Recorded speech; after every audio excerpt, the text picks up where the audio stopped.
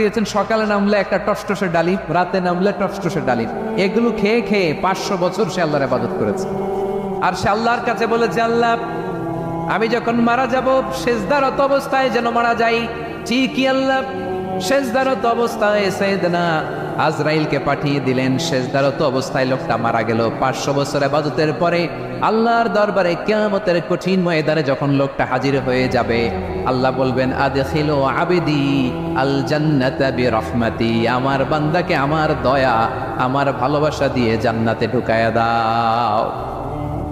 500 বছর ইবাদত করছে তো আমার দয়ায় আমার বান্দারে জান্নাত দাও। এই বান্দা বলে বালবি আমালি, আল্লাহ তোমার দয়া লাগবে কেন, আমি আমার আমল দিয়ে জান্নাতে যেতে চাই। কি দিয়ে? কথা বুঝে নাই বোধহয়। আল্লাহর এই বান্দা কি দিয়ে জান্নাতে ঢুকতে চায়? আমল দিয়ে। আল্লাহ বলছে আমার দয়ায় আমার বান্দারে জান্নাতে নিয়ে যাও ফেরেশতারা। এ বলে আল্লাহ তোমার দয়া লাগবে কেন?